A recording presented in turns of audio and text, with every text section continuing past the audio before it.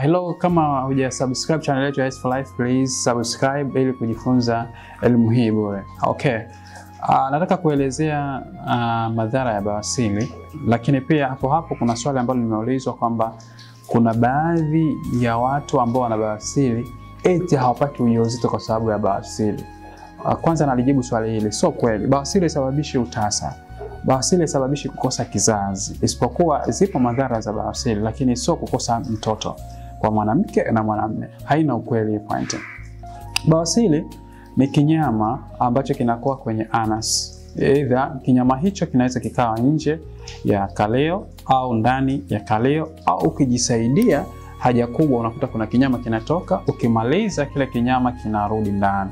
Manake hizi ni bawasiri zipo za aina tatu. Kuna bawasiri ya ndani, kuna bawasiri ya nje, kuna bawasiri ya nje na ya ndani. Sasa moja ya madhara ya bawasiri ni kwamba unapofanya mapenzi inaweza kukufanya ukose ile comfortable ya kuendelea lile tendo, kwa sababu utakuwa unafanya mapenzi lakini huku kwenye makalio unapata miwasho. Kwa hiyo naweza nikaamini kwamba bawasiri inaweza kukufanya kuendelea kufanya tendo la ndoa kwa vile unavyojihitaji wewe mwenyewe. Lakini bawasiri inaweza ikawa sababu ya kupata saratani ya utumbo. Of course, kwa sababu kile kinyama sometimes kinaweza kikawa attached na utumbo mpana.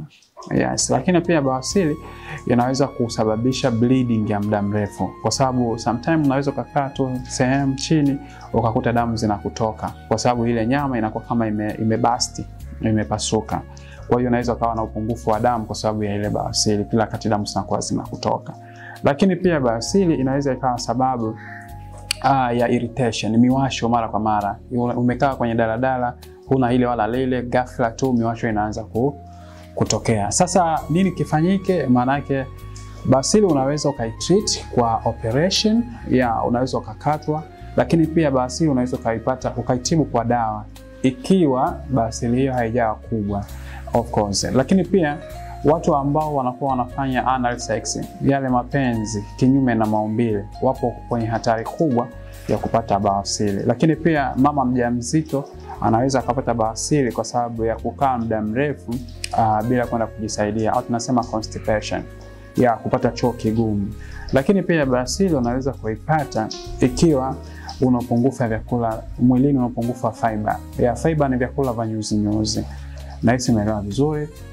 Unaweza kusubscribe channel yetu S4Life ili kuendelea kujifunza bure. Asante.